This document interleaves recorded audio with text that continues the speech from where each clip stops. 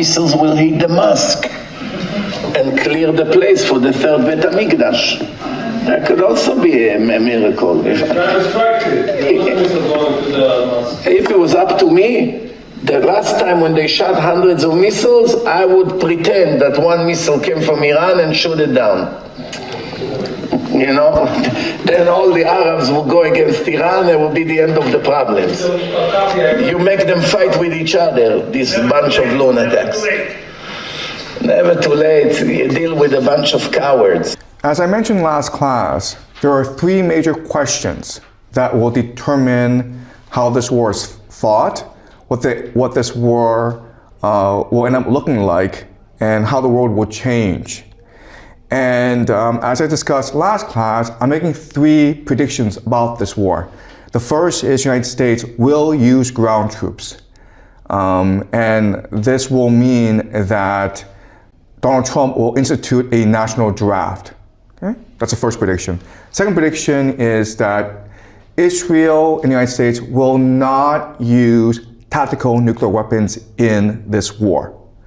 Number three is that the Al-Aqsa Mosque, the third holiest site in the Islamic world, will be destroyed during this war. Okay, so last class I explained my analysis and my reasoning for my first two predictions. Today I'll explain my third prediction. So, but before we start, I just want to look at some videos, okay? So you understand some of the context, some of the players in this war. All right, so this is Senator Blumenthal of Connecticut, and he is one of the 100 members of the US Senate. He's also one of the members of the Gang of Eight. Now, when you are fighting a war, the White House has responsibility to report its objectives, its purpose, how the war is progressing to 8 members of Congress in a confidential setting, okay?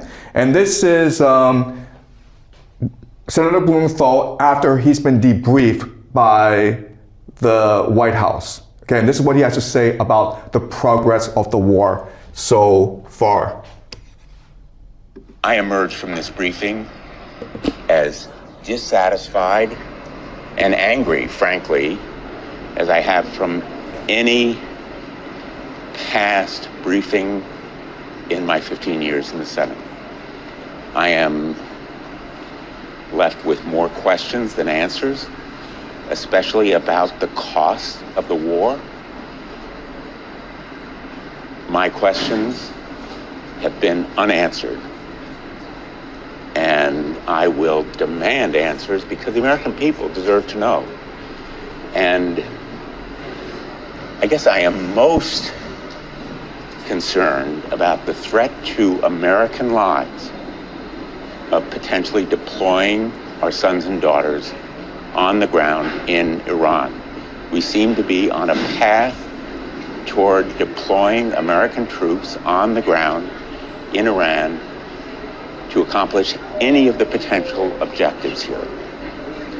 And there is also, as disturbingly as anything else, the specter of active Russian aid to Iran, putting in danger American lives. All right, so 3 things to take away from his talk with reporters, okay? The first thing is the administration, Donald Trump, the White House, has not articulated a budget. How much will this war cost? Which means that this is an open-ended war. We don't know when this war will end, and so we don't know what the commitment is, and so we don't know how much this war will cost, okay? That's the first point he makes. The second point he makes is we are on a path towards the deployment of ground troops in Iran, okay? And that basically means a national draft. And the third thing that's crucial is he says that they know for a fact that Russia is already involved in this war, aiding Iran. Okay? So that's the 3 main takeaways from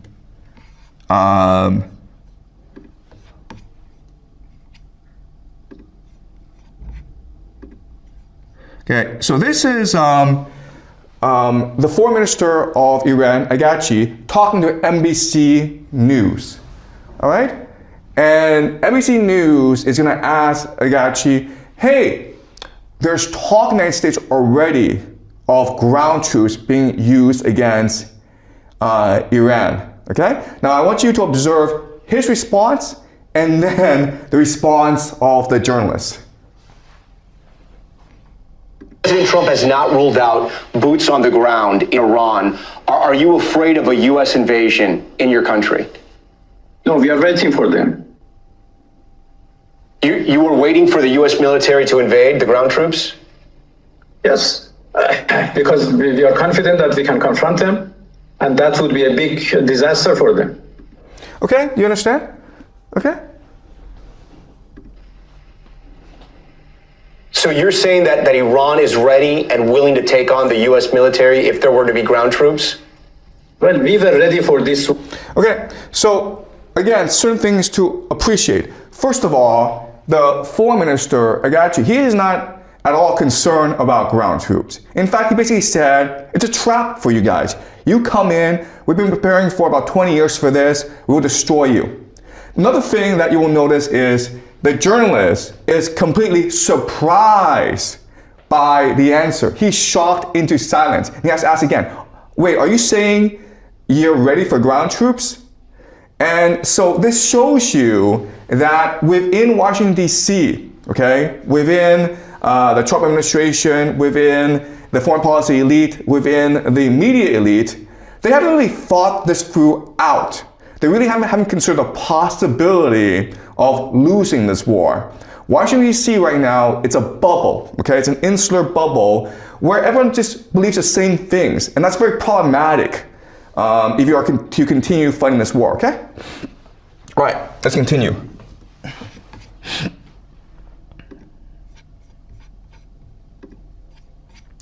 Okay, this is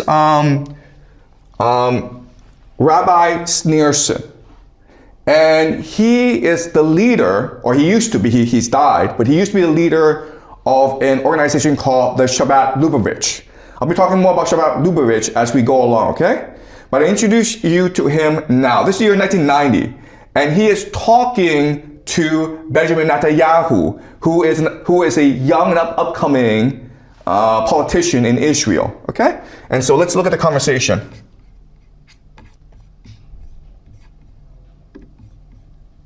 This is Netanyahu,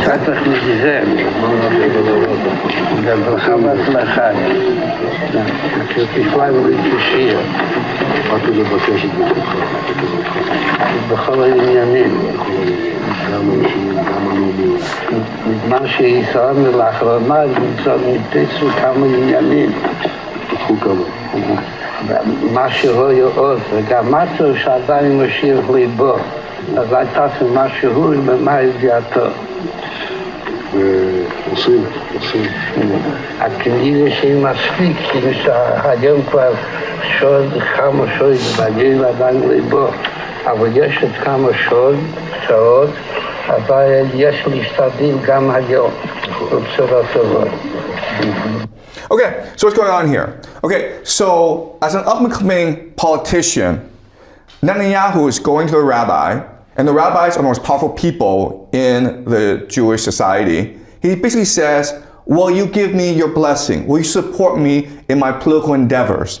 And the rabbi says, yes. They also talk about how things are progressing, okay? So another way of saying this is that there's almost like a plan in motion to achieve certain religious objectives. And things are going well. But the Rabbi Shneerson says, but they're not going fast enough because we need the Messiah, the great leader of the Jewish people, to come. And we can set in motion things that will force the coming of the Messiah. So let's speed things up, Netanyahu. Okay? So what this is, I'll explain later on, okay? But I want you to be aware of this, who these people are. Rabbi Shneerson is very important for our story. And Netanyahu, of course, is the current Prime Minister of Israel. All right, let's continue.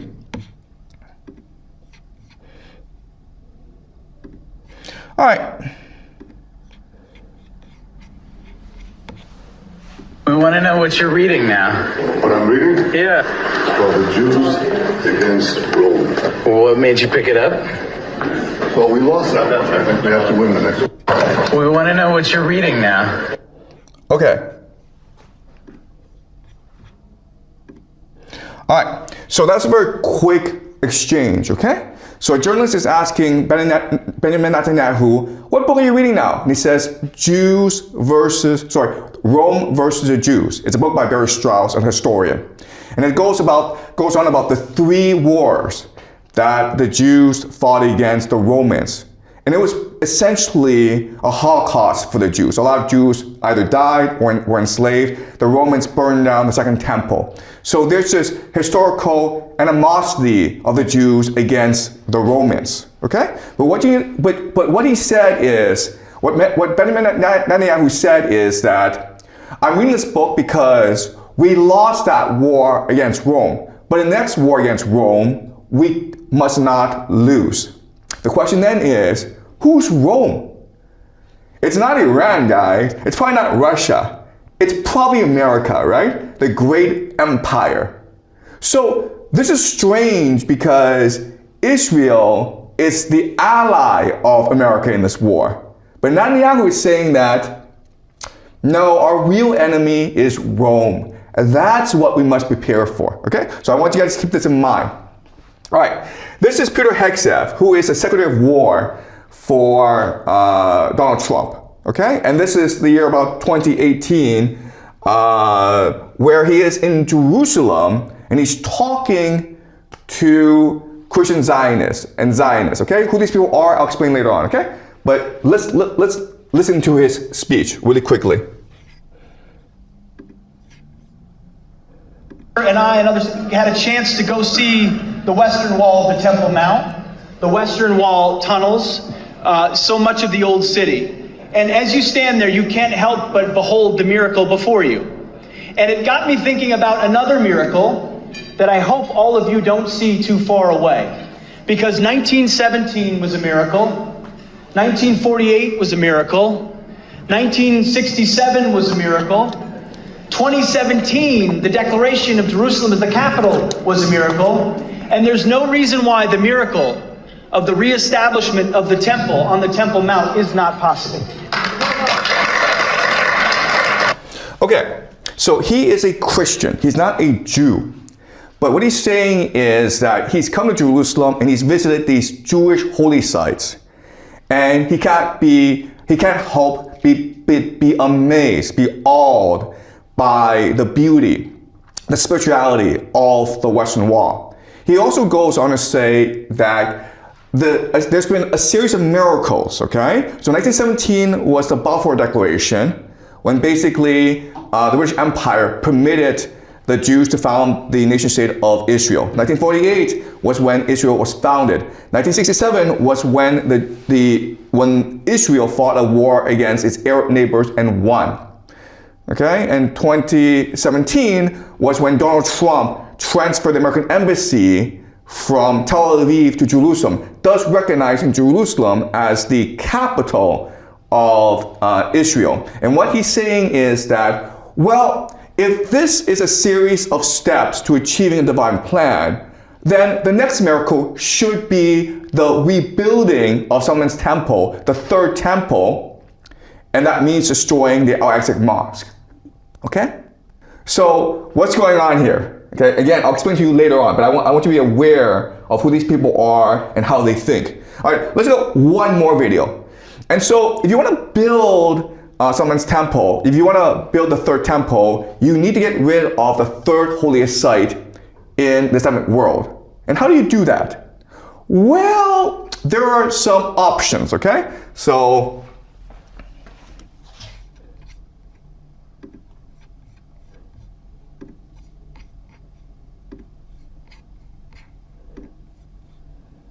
missiles will hit the mosque and clear the place for the third Bet HaMikdash. That could also be a miracle. If it was up to me, The last time when they shot hundreds of missiles, I would pretend that one missile came from Iran and shoot it down. You know, then all the Arabs will go against Iran, and it will be the end of the problems. You make them fight with each other, this bunch of lunatics. Never too late, you deal with a bunch of cowards. Okay, so this is a rabbi in Israel. He's saying how last year, during the 12-day war in June, Iran was firing missiles at Israel. And what he's saying is, you know, that was an opportunity for us to pretend that Iranian missile hit the Dome of the Rock, the Al-Aqsa Mosque, thus destroying it. And then the Arabs will blame the Iranians, and the Arabs will go to war against the Persians. And then we can just sit back and laugh at these lunatics. Okay? So, again, this may be confusing to you as to who these people are, why they are saying these things. All right? But now what I'm going to do is explain to you what is really going on. Okay? And I keep on saying this, but it is hard from a geopolitical perspective to explain this US-Iran war. You have to look at the religious perspective, okay? The religious angle, and that's what I want to focus on today. So again, this is the three holiest site in the Islamic world. This is Saudi Arabia, Mecca, Medina, and this is the Dome of the Rock, the Al-Aqsa Mosque, which is where Muhammad was supposed to ascend to heaven. And the Jews and the Christian Zionists believe that this must be destroyed so that they can build the third temple, or Solomon's temple. Okay? All right. So this is the big question in this war. And again, I keep on saying this, but I need to be right in my prediction if my analysis is to be correct. If they do not destroy the Al-Aqsa Mosque, and if they are able to achieve peace, then my predictive model, my analysis is completely wrong, and you just ignore me, okay, for the rest of my life. And I can go back to teaching, you know, great books or something. All right, so let us examine why this is important, okay? So today I want to introduce you to a new theory of game theory called the law of eschatological convergence.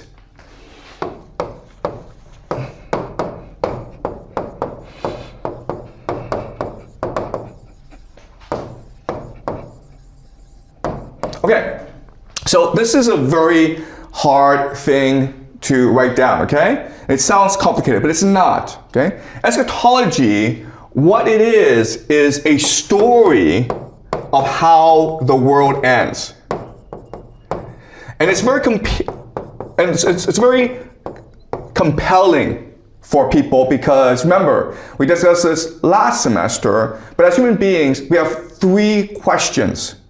Where do we come from? Why are we here? Where are we going? And eschatology provides a story that answers all three questions.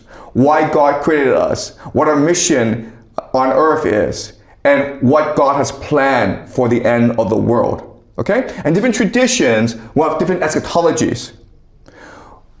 And what's important to figure out is, in what aspect do these eschatologies converge? Okay? Converge, meaning a union of these eschatologies. And why is that important? Because it allows you to predict how they will behave.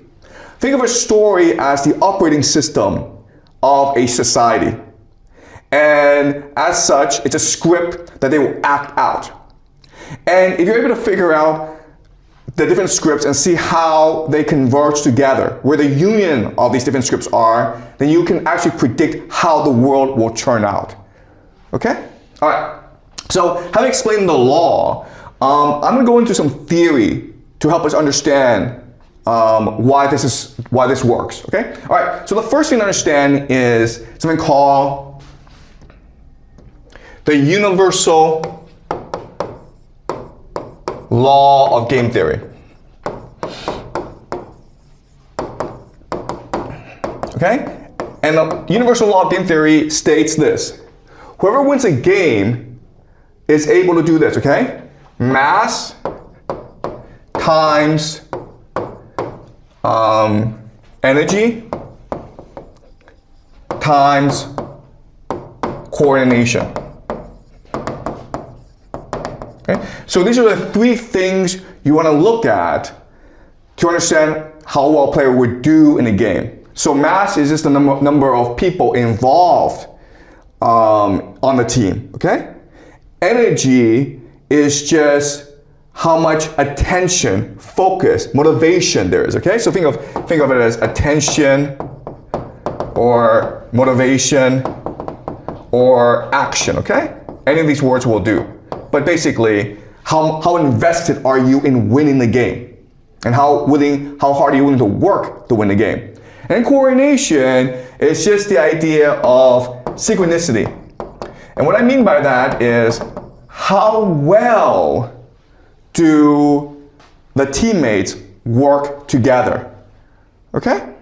And something that you need to appreciate is that the most important thing in winning a game is actually coordination. In fact, I would say it's 4 times more important than just mass. So you can have a lot of people, but if they don't work well together, you're defeated by another team with few people, but they work well together, okay? And then energy is twice as important as mass, all right? So let me give you an example. Let's just say that you're playing a game by yourself, okay? Maybe for example, you enter a ping pong competition or a chess competition. Well, mass and coordination don't really matter because you don't have any teammates. And so what matters is energy, how motivated you are to win this game. How much time do you put in practice? How much time do you put into studying and improving yourself? How focused are you in winning, okay? All right, so a team sport, well, mass is constant. And so what matters is energy and coordination. How well the team works well together, okay? Now, what's interesting is that there are different ways to improve or increase, augment the energy and coordination, all right? So maybe a leader, okay? So maybe if someone is a really inspiring leader, that will make people much more motivated, and that will allow them to work well together because all they have to do is listen to a leader, okay? The problem with a leader, of course, is that eventually he will die, all right? Then you have a family, okay, blood, okay? They work well together because they all share similar blood, but we cannot account for the differences within this family, okay, the conflict within this family, right? So historically, in the long term, the force that allows teams to beat other teams is the idea of narrative, okay? Narrative, or a story,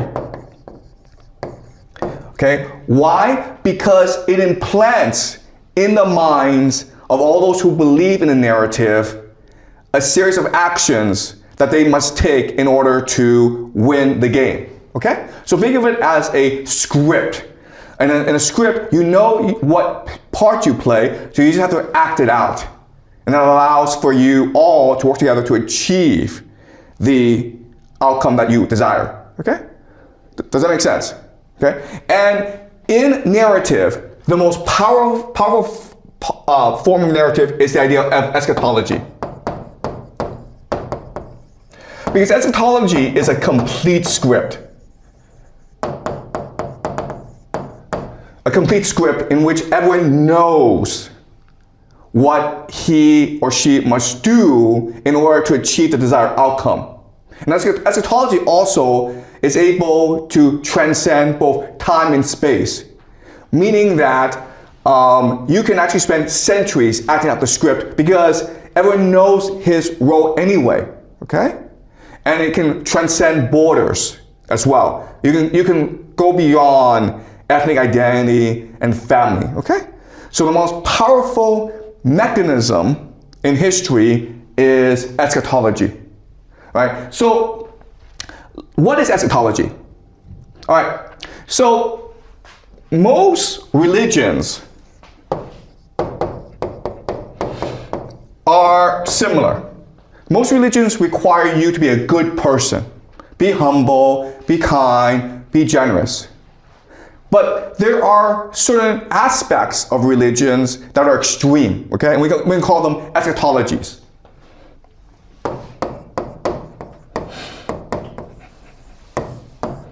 Okay? So the classic example is the Jewish religion.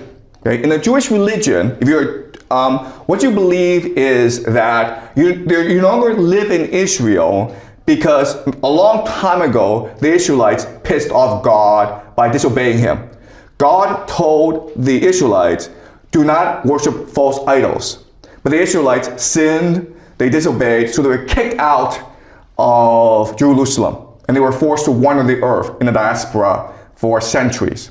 And so what they believe is that they each need to engage in an act of redemption, of humility, of submission, of piety to God if they are to redeem the whole Jewish people. Okay? And when that happens, when they recognize their own limitations, when they recognize how inferior they are to God and submit to God, then God will send the Messiah to redeem them and lead them back to Jerusalem, defeat the enemies of the Jews, bring all the Jews from the diaspora back to Jerusalem, unify the Jewish people, and then build the third temple so that God can come to earth and live with all the Jews and create heaven on earth, okay?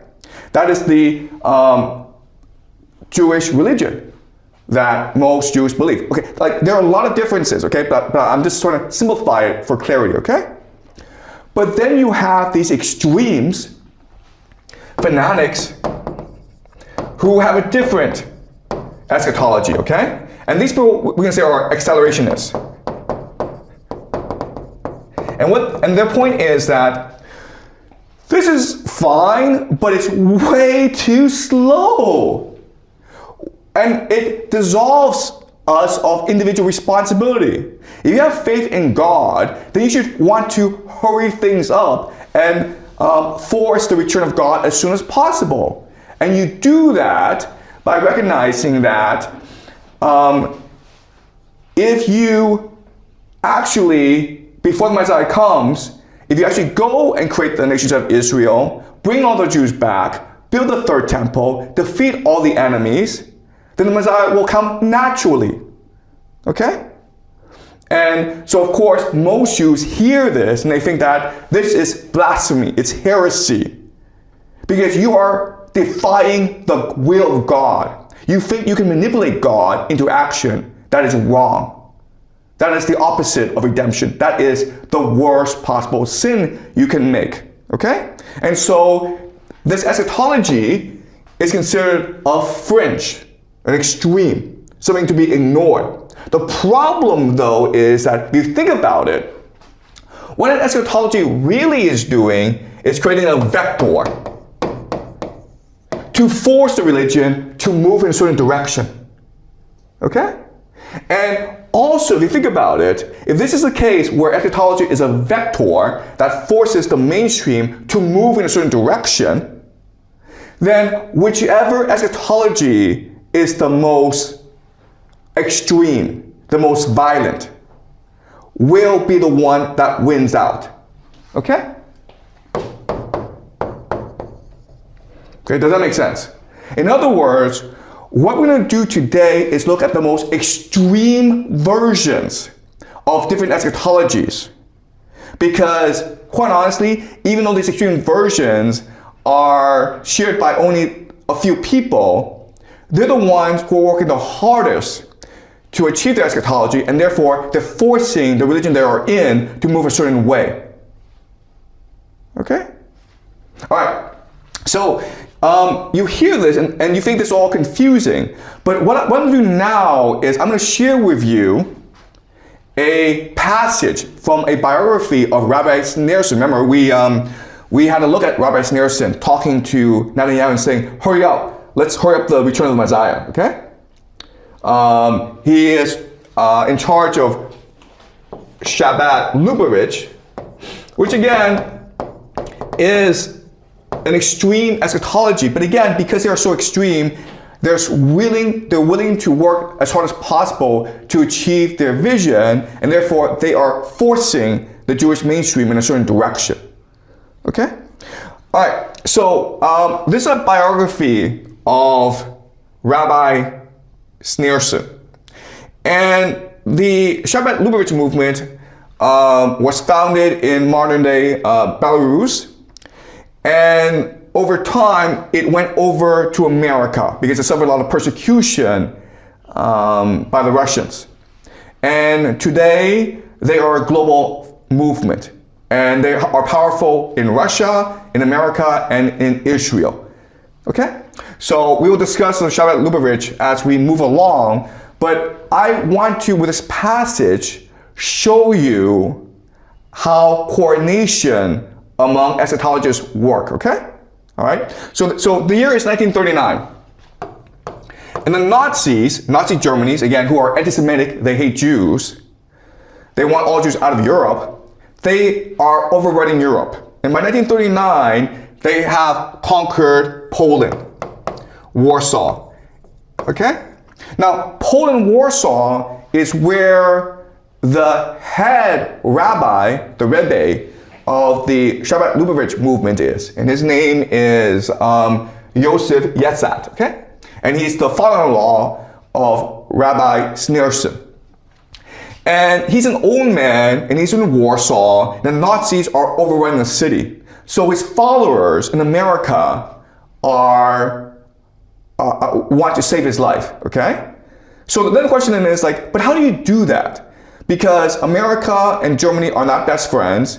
The war is breaking out in Europe, and Yosef Yewitz is a very old man. And there are no planes, well, there are planes, but there are no commercial air flights that you can take, okay? So it's gonna be a very long, arduous journey across many borders. Plus, he will need a visa, not just for himself, but for his whole family, okay? Now what I'll show you is how powerful these people are. And again, this is an eschatology where they all share similar vision, and therefore they're willing to make the necessary sacrifices in order to help each other achieve this vision, okay? All right, so this is from the biography. In an ocean away in America, Yosef Yezuit's followers were mounting a rescue effort. With the help of Stan Kramer, an Orthodox attorney, the son of Lubavitch immigrants, the Shabbat activist Israel Jacobson hired Max Road, a politically connected lawyer, to secure American visas for Yosef Yewitz and his family, okay? So, in other words, even though there may not be that many followers, they have a wide political circle. And a lot of the reason why is that they pool their resources together. And when they pool their resources together, they're able to invest in real estate together, they're able to invest in business together, and they're able to generate a lot of money, which they can then use to influence politics in America, okay? They can buy up politicians, they can do a lot of things. Okay, so the first part is easy, getting visas for the rabbi and his family. Now the problem is, how do you actually get to him, okay? Because there are no telephones, there's no internet, there are no airplanes. How do you find him when there's a war going on in Poland, when there are Nazis everywhere? Okay, all right, let's continue. Yosef Yewitz's followers also reached out to Attorney General Benjamin Cohen, okay? And Supreme Court Justice Louis Brandeis, okay? This man is very important. He's what we call a Sabbatine Francus. What I'll show you later on is that Sabbatine Francus and the Shabbat Lubavitch movement are very much aligned. Okay, so even though they're not part of the same movement, they are sympathetic towards each other. And he's the most powerful Jew in America at this time, okay, in the 1930s, 40s, whom Yosef Yewitz had met during his fundraising trip of 1929. The Lubavitch efforts in America were successful, all right? So they've won over the Americans. They've won over the entire American political apparatus, and they are dedicated to helping the rabbi escape Europe and come to America. All right. Now the second part is, how do you deal with the Nazis? Okay. The Lubavitch's efforts in America were successful. On October 2nd, Cohen wrote to Robert Pell, a senior official in the State Department, asking for help. The next day, Pell contacted Helmuth Waldhardt, a German and a member of the Nazi Party, a Nazi, who specialized in national industry and economics, to see if he would be willing to save one of the leading Jewish scholars in the world. Okay? This is a guy, American, writing to a Nazi and saying, hey man, I know you're a Nazi, but we need your help to save a Jew. And the guy says, yes. Okay? Waldhardt was strategically chosen. He had studied at Columbia University in the early 1930s and had forged a relationship with Pell after the Evian Conference on Jewish Refugees in 1938. Seeing an opportunity to curry goodwill of the United States, Waldhardt secretly contacted Admiral William Canaras, the head of German military intelligence. Wow! The head of German military intelligence. And saying, hey man, let's help this guy. Canaris, a skeptical Nazi who disapproved of SS atrocities and thought the invasion of Poland a mistake, enlisted Major Ernst Bloch, a distinguished veteran of World War I and one of the most trusted officers. Bloch was a Mischling. Okay, a Mischling just means a German who had some Jewish ancestry, but because he was so valorous in World War I, he was considered a German, okay? He had been declared of German blood by Hitler in 1939. Along with 3 other soldiers, 2 of whom were also Mischling, Bloch was instructed to find Josef Yitzhak and bring him to safety. Wow. The Nazis, okay, dispatched their own soldiers to find this guy and bring him to America. And this is again during war. But how do you find this guy? Bloch and his colleagues had to maneuver through the ruins of Warsaw without arousing the suspicions of the SS to find a rabbi who did not know of their mission and did not want to be found. Okay, so this rabbi is hiding from everyone. So how do you find this guy? And he's deadly afraid of all German soldiers because he sees them as just Nazis. This is another problem. Well, Jews in the city were naturally unwilling to divulge the location of a Hasidic leader to a Nazi officer. Eventually, information came from the Americans. Brandeis was informed of Josef Yevlitz's address by the Shabbat lawyer Arthur Rubinowitz and relayed it via Cohen and Pell to the U.S. charged affairs in Germany. This requires the coordination of dozens and dozens of people who are supposed to be on the opposite side of a war. And they're working together to achieve a goal.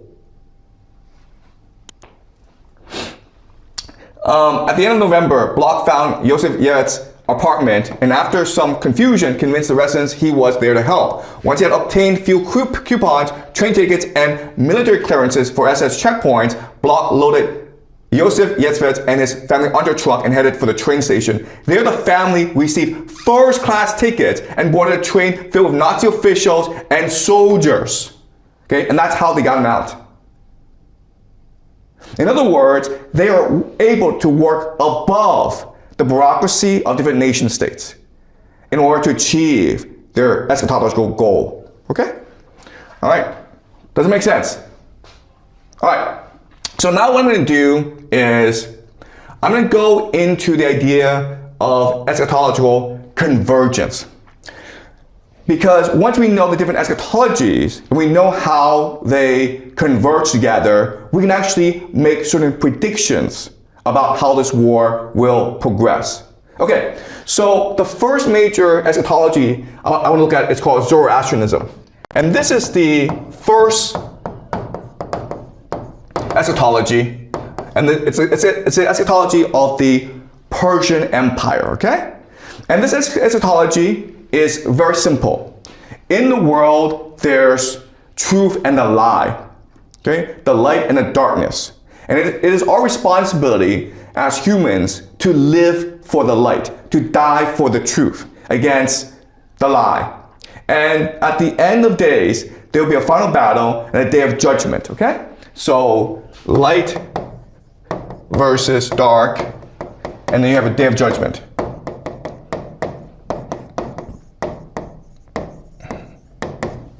Okay, where the god Ahura Mazda will come down and he will create a paradise for everyone.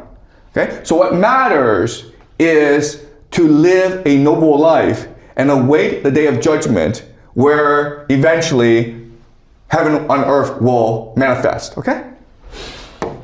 And this is important because if you think about how the Iranians are fighting this war, the Iranians refuse to take the initiative and destroy too much, okay? They refuse to be the villains in this war because for them, in their eschatology, it's important to die for the light, to fight for the truth, okay? Now, the Zoroastrianism has a major impact on Jewish eschatology, okay? And Jewish eschatology, again, I'm only talking about the most extreme version of this eschatology, okay? And in this eschatology, the idea is that the Jews disobeyed God, okay? Disobedience. And in order to repair the world, to save themselves, to create heaven on earth, they need to engage in redemption, okay? Redemption. And redemption is really about spiritual alchemy, improving yourself as a person, being good to yourself, being good to others, loving your neighbor as though you would love yourself. Okay, that's a mainstream idea. But in the most extreme version, redemption just means acting out God's plan to compel the return of the Messiah. Okay, and this plan is basically create Israel.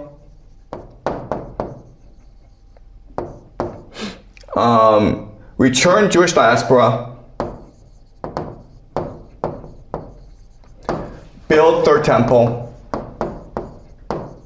and this will launch something called the War of Gog and Magog.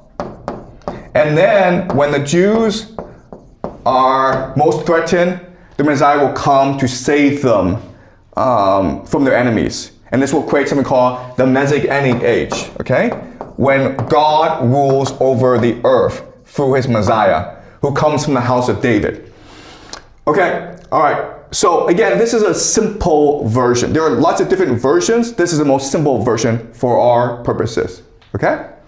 Now, what's interesting is that this Jewish eschatology would go on to influence the Protestants, okay? And this creates a movement called Christian Zionism.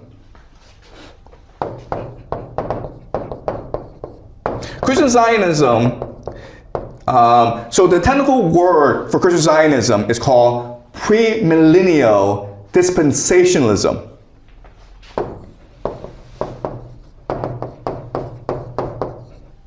Okay, and this sounds very complicated, but it's not. All it means is that God has a plan for how to create heaven on earth, and we have a duty to fulfill his plan by following his instructions.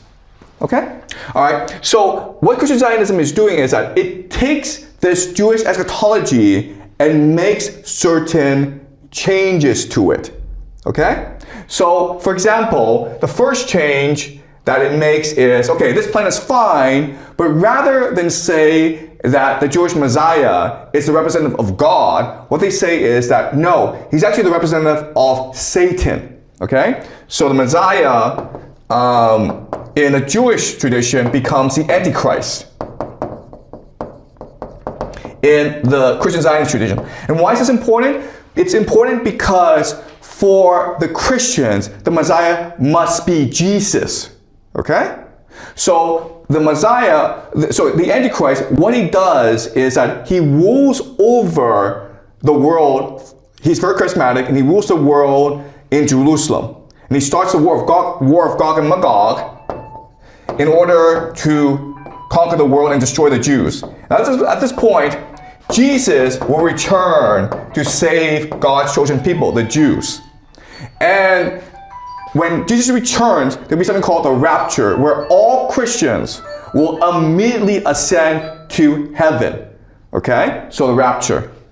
All right. Okay? So again, Christian Zionism is working off Jewish eschatology, but it's making some important changes. Okay? So another way of saying this is, in the beginning, Zionists and Christian Zionists will work together to reach a certain point of history, okay, what we call the Great Israel Project, but then they will diverge and fight against each other, okay? So they're allies now, but eventually they'll turn against each other. All right, so now I want to talk about the Freemasons. Because the Freemasons, we'll talk more about the Freemasons later, okay? The Freemasons are also working within the Christian Zionist context, but they are much more focused on actually how to implement this, okay? So what they want to do is they want to take the Antichrist and turn it into a system. And this system we discussed last semester, it's called Pax Judaica. What is Pax Judaica? Pax Judaica is that Israel controls the world through AI, okay, an AI surveillance state. Okay? Or their exact words is Holy Empire. Okay? And Pax Judaica, the surveillance state, will have things such as the mark of the beast. And what is the mark of the beast? It is digital ID. Okay, and this digital ID will also lead to digital currency. And they can actually put a microchip or a QR bar in your forehead, and this will be considered the mark of the beast, okay? And this is all part of the Christian Zionist eschatology. Another really important thing about the Freemasons is the idea of a one world government. Because remember, the Antichrist is the leader of a one world government, and it'll be based in Jerusalem, okay? And so the headquarters will be Solomon's temple, or the third temple. All right, okay. So these are the, and then you have the Islamic eschatology, okay? In the Islamic eschatology is a response to all these other eschatologies, where they say that when the system is created, it'll be called Dajjal, the Antichrist, okay? And when this happens, then Jesus will return to defeat the Antichrist. Okay, that's the mainstream Islamic eschatology. Then you have the Shia. Okay, the Shia are the Iranians, where they believe that it will be the 12th Imam Mahdi who will lead the followers, okay, the Ummah. Okay, Ummah just means community of believers, into victory against the Antichrist, the Dajjal, okay? So you can see how these eschatologies are basically lining up together, right? The Shia are the Iranians. The Islamic is the entire Arab world, right? Now, there are two more eschatologies I want to look at. And again, I know this is a lot. I know this is too much information, and we'll go over these eschatologies specifically as we move along, okay? But I just want to introduce the different eschatologies. Another eschatology that's very important is the Catholic eschatology. And in the Catholic eschatology, we can call City of God, okay, which is the church, which is Jerusalem. And St. Augustine talks about this, about how the Catholic Church, it is the millennium, it is the Messianic age, because we represent God and we bring peace and prosperity to the world. Now, what's important about the church is that it became the dominant power in the world because Rome fell, okay? So Roman Empire collapses. But this is all part of God's divine plan, because Roman Empire, Rome, was the city of earth, okay, of power, of money, of wealth. And what matters is Jerusalem, the city of God, of spirituality, of divinity, okay? Now, the city of God came to an end because of the rise of the Protestants and the Anglo-American Empire. So for the Catholic Church to achieve its eschatology, and establish again the city of God. What they need to do is also see the Anglo-American Empire destroyed, just like the Roman Empire. Okay? So that is the Catholic eschatology. The last eschatology I want to discuss is the Orthodox eschatology. And what's the Orthodox eschatology? The Russians. Okay? And this is called the Third Rome prophecy.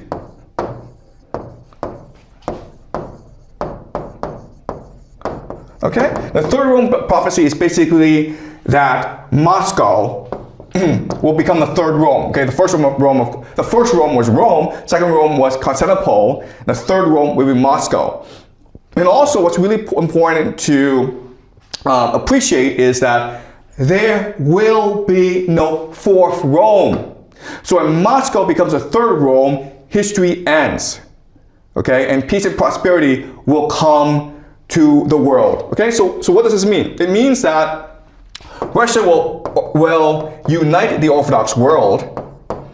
Okay, so right now the Orthodox world is split into Eastern Orthodoxy and Greek Orthodoxy. Okay, and something that is very important that this prophecy says is that the Russians will defeat Turkey in a war, and then have the Greeks return to Constantinople, which is modern day Istanbul. Okay, that's what the prophecy says.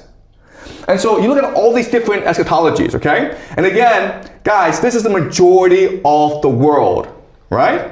If you actually look at the convergence points, you come to some startling conclusions, okay? So let's look at the convergence. All right, where do they converge? Okay, well, first of all, okay, where they converge is that the greater Israel project will be achieved, okay? Pax Judaica will be achieved. It's a one world government, okay? One world government. That is one major convergence. If that's true, then another convergence is the Al-Aqsa Mosque will give way to the third temple. All these eschatologies either say this or are indifferent to saying this, okay? They're not opposed to this, all right? So that's why I predict the Al-Aqsa Mosque will be destroyed because they need to build a third temple. Another thing in which they converge is the rise of anti-Semitism. Why? Because that will force the diaspora, the Jewish diaspora, to return to Israel. This is very important for this eschatology, okay? All right. Another important convergence point is the war of Gog and Magog. We don't actually know what this is, but this war is supposed to be the final war before the return of God, before the end of history, before the end of the world, okay? What this war is, we don't know yet. But another thing is that this war in Iran will lead to the war of Gog and Magog at some point, okay? What this war is, we'll discuss at a later time. Another thing that's very important is US and China are not part of this eschatology, okay? This is where everyone agrees. For whatever reason, the United States is not going to partake in future events. Neither will China, which means that something will happen in these two countries that will make them not significant anymore, okay? And the best prediction for the United States then is civil war, right? Okay, civil war. Okay, and this is where all these eschatologies converge. So in other words, this war in Iran is happening so that these different eschatological traditions can achieve heaven on earth from their perspective. All right? So what this means, so given this convergence, we can actually predict certain events that will happen over the next 2 to 4 years. Okay? Because They all want these things to happen together. All right? So let's look at some quick predictions.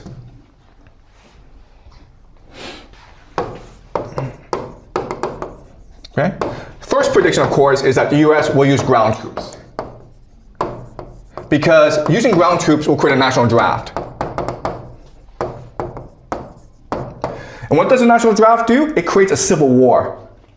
Right? A lot of young people are going to refuse to fight in this war. And this is going to create protests. Then America will have no choice but to deploy the National Guard. And this will create the recipe for a lot of civil conflict in America.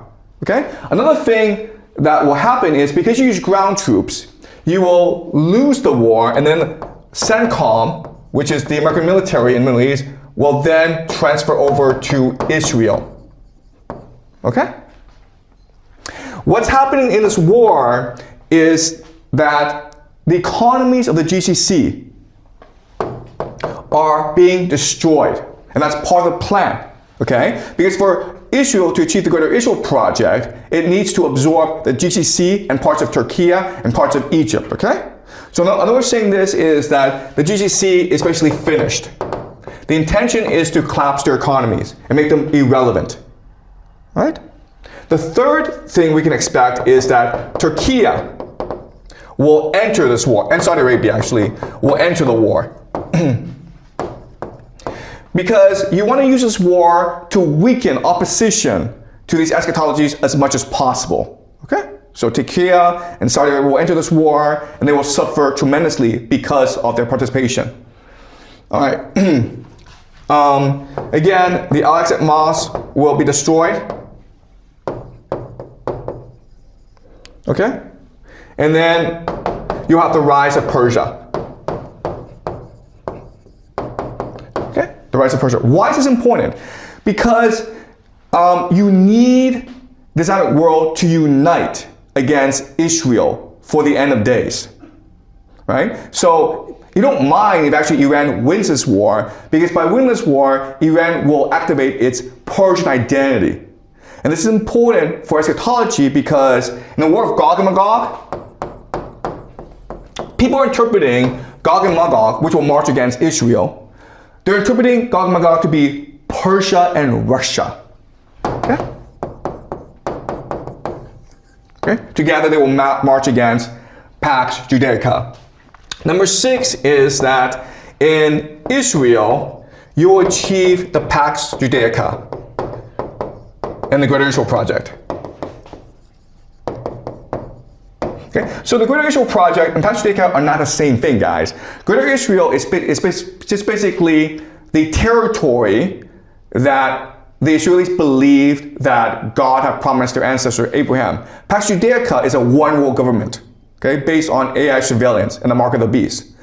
So what will happen is that Israel will use this war to expand its territory, and then what will happen is that capital, technology, will then start to flow to Israel in order to create the Pax Judaica. So think of companies like Nvidia, Oracle, Microsoft, Google. Well, they'll probably transfer themselves to Israel because that is where the power will rest. Okay? So Pax Judaica. Then you will have Russia winning the war in Ukraine. Okay? And then return Greeks to Constantinople. Basically, another way of saying this is, it is possible that the Greeks go to war against Turkey, and then Russia supports the Greeks and return the Greeks to Istanbul. Okay? But then you're like, wait a minute, Turkey is a NATO member.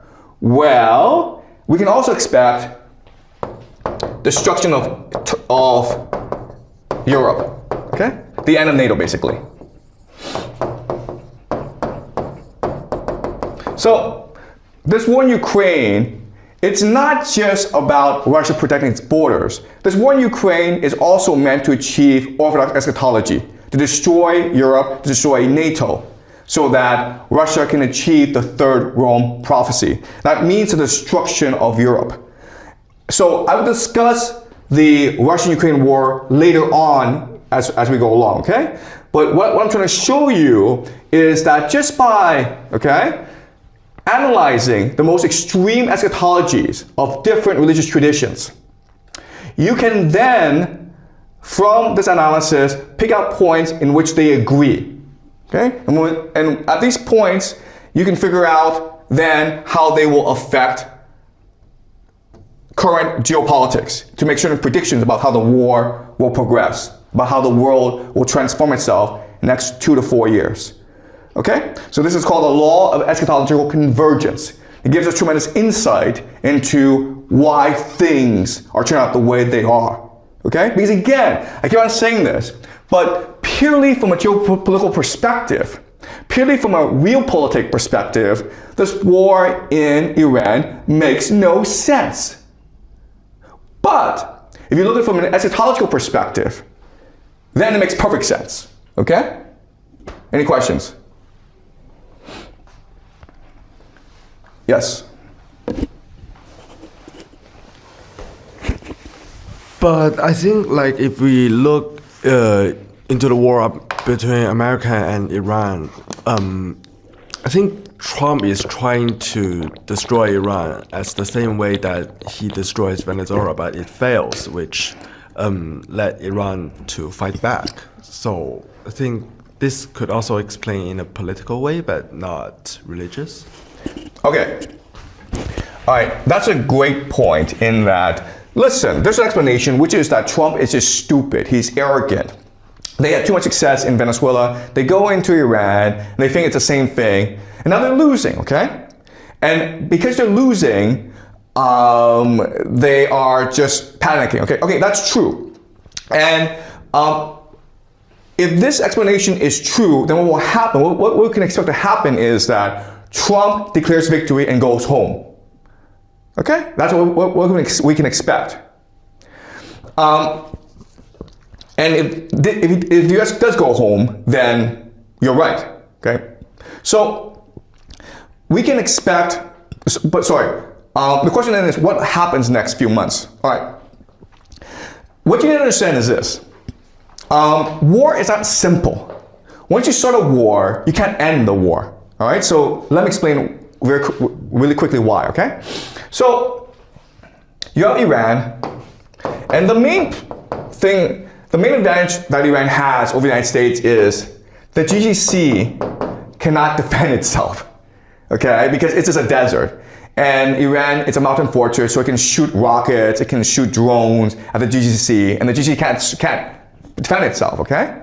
Before they thought these US bases could defend against Iran, but now you recognize these US bases can't defend themselves either, okay? All right, so the other thing that Iran did was close out the Strait of Hormuz. Okay, they closed out the Strait of Hormuz. And this is important because the GCC then exports oil to Asia and gets back food, okay? So the GCC basically requires the Strait of Hormuz in order just to survive, okay? Now, let's just say that US, Donald Trump's like, you know what, screw this. This is a stupid war, the Middle East is stupid, we're gonna go home, okay? What happens now? What happens is that Iran says to GCC, hey man, you attacked us.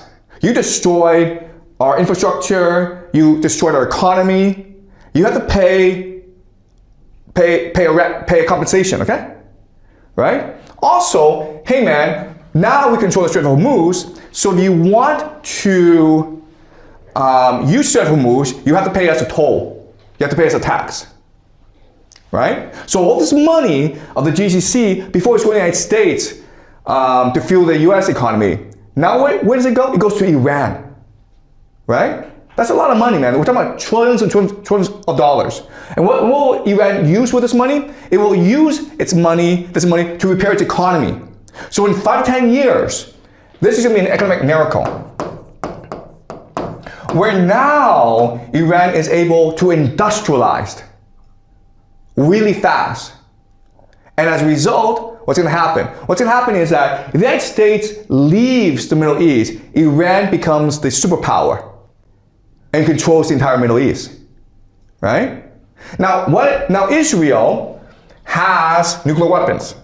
And so what's going to happen is that Israel and Iran will sign a peace treaty, okay? But the United States won't be involved. The United States goes home, it doesn't get any money from the GCC, what's going to happen to the US economy? It's going to collapse. Why? Because the entire US economy is based on the stock market, on finance, on AI, on investment from the GCC, right? So the question then is, can the Americans go home? The answer is, no, they can't. Because if they go home, their economy is going to collapse and the people are going to have a revolution anyway. So you're better off sending people to Iran than have the people in America cause a revolution, right? Okay? So you're right in that it's possible that Donald Trump made a mistake, but it doesn't matter if it was intentional or accidental. You have the same outcome. And strangely enough, this outcome that you have matches that, aligns with these different eschatologies in the world. Okay, does that make sense? Okay, all right.